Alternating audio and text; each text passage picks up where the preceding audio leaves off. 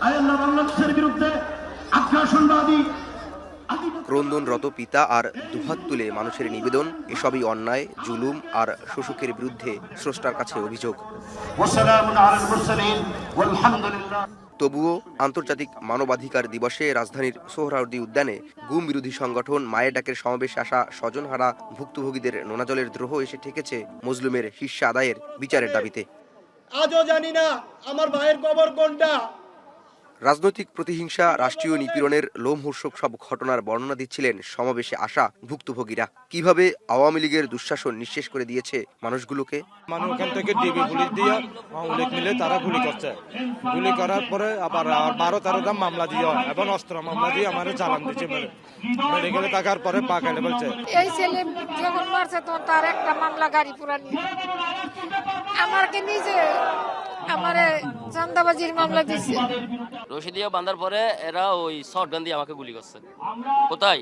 4 জন পা ধরছিল, 2 জন পা ধরছে, 2 জনের হাত ধরছে, এরকম লম্বা করে শোয়া ফেলছে মেডিতে।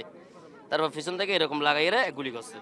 গত 15 বছরে রাষ্ট্রীয় বাহিনীর গুমের শিকার আরিয়ানদের মতো কিশোরদের শৈশবকে যেমন করেছে নির্মম, তেমনি গণ অভ্যুত্থানে ঘটা নৃশংস হত্যাকাণ্ড সন্তানহারা করেছে আবুল কালামদের মতো বাবাদের। আমার বাবা আমাকে নিয়ে স্কুলে যেত, তারপর যখন গুম হয় তারপরে তো আমাকে নিয়ে আর যেতে হয় না, আমাকে আম্মু নিয়ে যেত, আমার দাদু নিয়ে যেত।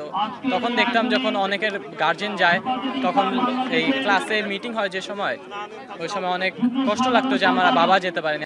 সে খালি হাতে একটা আন্দোলনে, ন্যায় ভিত্তিক একটা আন্দোলনে শরিক হইল।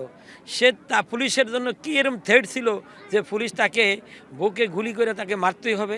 মার কাছে বলে আমি আয়সা আসলে বাইরে পড়বো, মাকে ঘরে এসে পড়বো। এই সময় 5টা 5:30টার দিকে আমরা ফোন পাই, ওর গুলি লাগছে।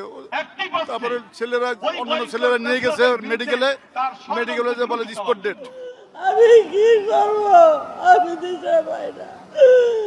হৃদয়ে চাপা দীর্ঘশ্বাস নিয়ে সমাবেশে আসা ভুক্তভোগীরা যখন বিচারের দাবি জানাচ্ছেন, সে সময়ে আওয়ামী লীগ ইস্যুতে রাজনৈতিক দলগুলোর নেতাদের বক্তব্যের কড়া সমালোচনা করেন স্বজন হারানো মানুষেরা।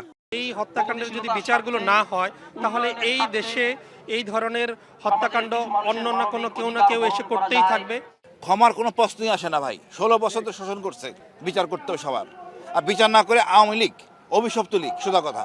যারা এখন তাদেরকে মাফ করার কথা বলছে, তারা আমি যে সন্তান হারাইছি, তারা সন্তান হারায় নাই বিধায় তাদেরকে ক্ষমার কথা বলছে। সে বিএনপি হোক, জামাত হোক, অন্য দল হোক, আর কোনো মানুষের গুম হতে না হয়, খুন হতে না হয়।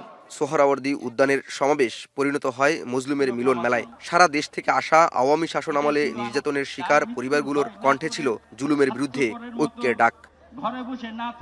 জুলাই আগস্টে ঘটা হত্যাকাণ্ডের বিচারে শুধু নয়, আওয়ামী লীগের 15.5 বছরের সকল ধরনের গুম, খুন এবং বিচার বহির্ভূত হত্যাকাণ্ডের বিচার যেমন এই ভুক্তভোগী পরিবারগুলো চাচ্ছেন, তেমনি দল হিসাবে আওয়ামী লীগের বিচার সহ শেখ হাসিনাকে দেশে ফিরিয়ে এনে সুষ্ঠু বিচার নিশ্চিতের দাবি জানাচ্ছে এই ভুক্তভোগীরা। জাওয়াদ মাহমুদ, এখন, ঢাকা।